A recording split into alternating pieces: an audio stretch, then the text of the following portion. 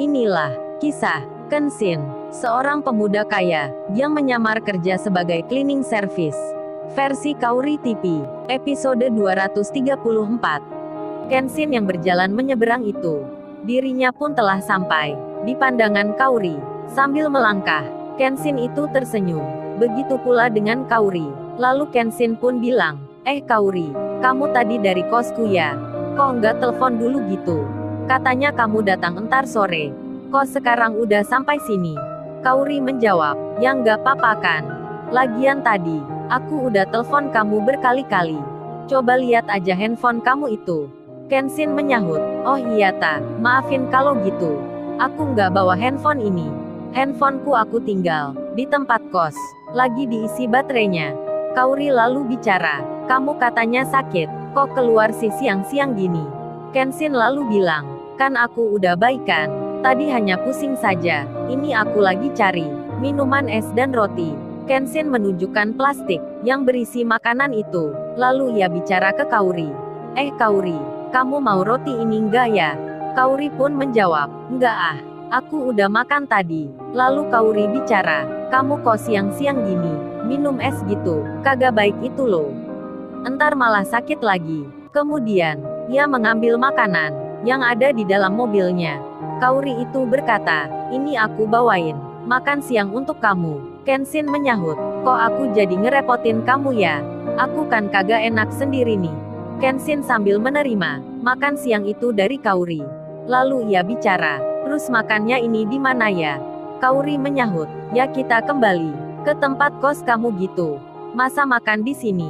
Kenshin pun bertanya, terus kamu entar di mana? Kaori pun menjawab, kok kamu malah tanya gitu? Emangnya kagak boleh nih, aku ikut ke situ. Kenshin pun membalas, ya boleh aja, tapi kan kita beda Kaori. Entar aku khawatir jadi omongan orang. Kaori bertanya, maksudnya apa sih? Aku kok gak paham gitu. Kenshin lalu menjelaskan, itu loh Kaori, kan kalau kita ke tempat kos itu berdua aja, kagak ada yang lain, kan itu bisa membuat orang berprasangka buruk nih entar. Kaori lalu menyahutnya, kok kamu mikirin orang sih? Kan aku di situ hanya pingin lihat aja tempat kos kamu. Masa berpikirnya segitu? Kenshin lalu bicara, ya gak bisa gitulah Kaori.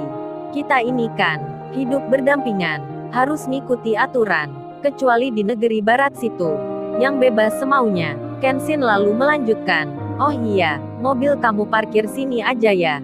Itu di sana, ada gazebo, yang ada danau kecilnya. Pas nih kalau siang gini, kagak banyak orang di situ. Kaori melihat arah yang ditunjukkan Kenshin, ia pun langsung setuju. Mobilnya ia parkir lagi. Kemudian berjalanlah mereka ke tempat yang dimaksud. Si Iwan sendiri di tengah rasa kegalauan yang meninggi, rasa tak mengenakan yang dipendamnya. Si Iwan kali ini melihat lagi perempuan yang tadi datang ke tempat ini, Ririn. Rupanya mengambil laporan di tempat kerjanya Iwan ini. Saat dirinya masuk, langsung saja disambut salah satu pegawai yang ada di situ bicara, maaf mbak, tempatnya lagi kotor gini karena pekerja cleaning service-nya kurang rajin membersihkan. Nggak masuk satu pula, jadinya ya seperti ini. Kita aja tiap hari, sabar mbak. Karena kasihan juga, kalau dia itu dimarahi. Entar bisa-bisa, nanti gak dipakai lagi oleh orang HRD. Ya kita biarin aja mbak.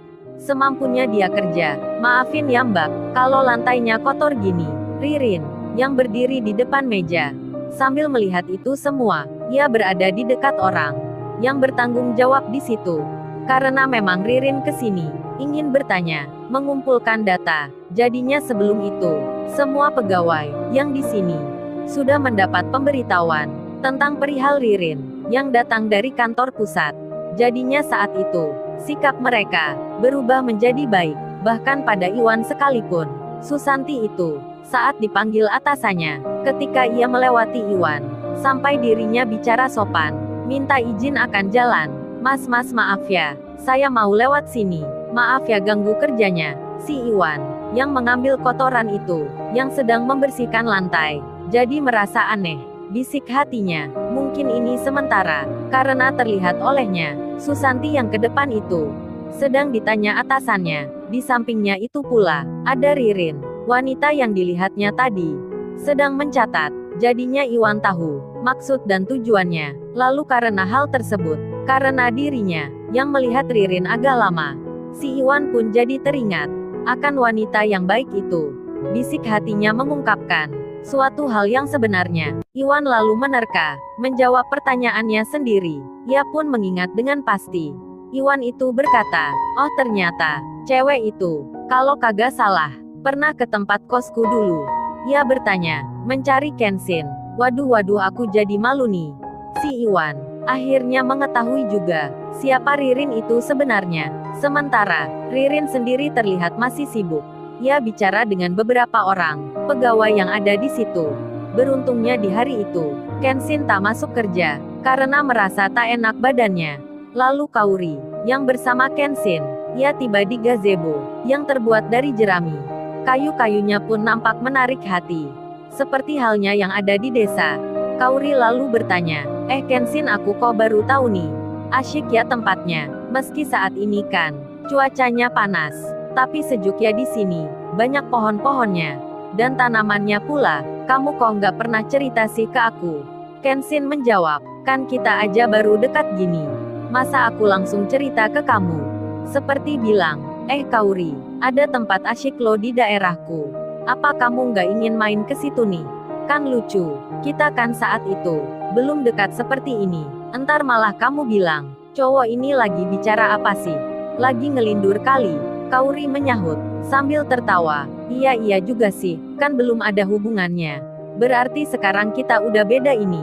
Kamu udah anggap aku lain gitu. Kenshin menyahut, kan udah dijelasin tadi malam. Masa perlu diulang lagi?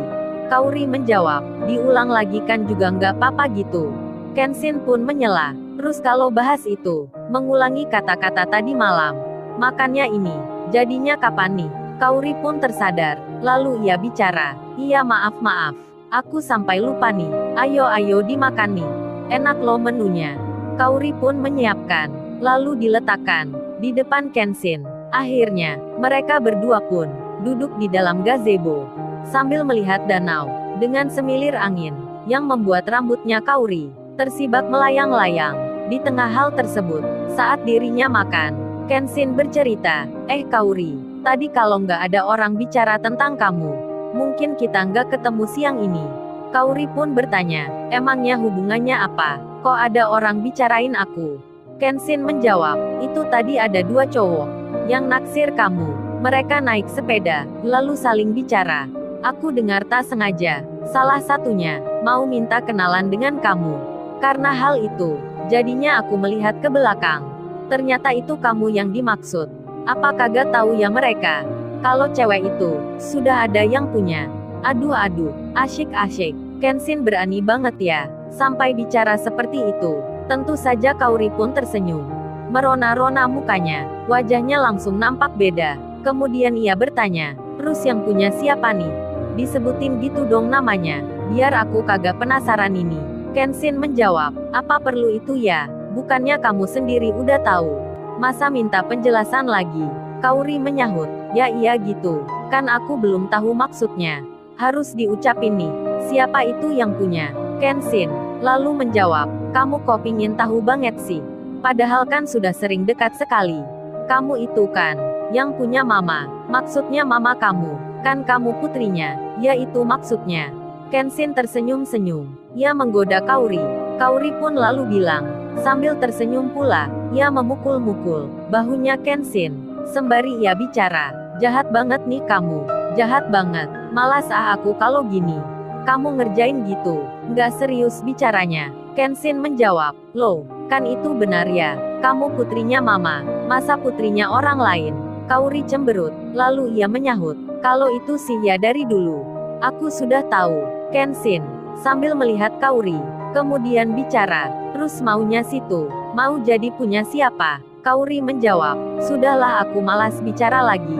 Kamu bercanda terus maunya. Kenshin lalu bilang, ya udah, kalau gitu kamu jadi milik aku, nggak apa-apa kan? Mendengar hal itu, Kaori tersenyum. Lalu, bagaimana kisah selanjutnya? Subscribe channel ini untuk episode berikutnya. Terima kasih.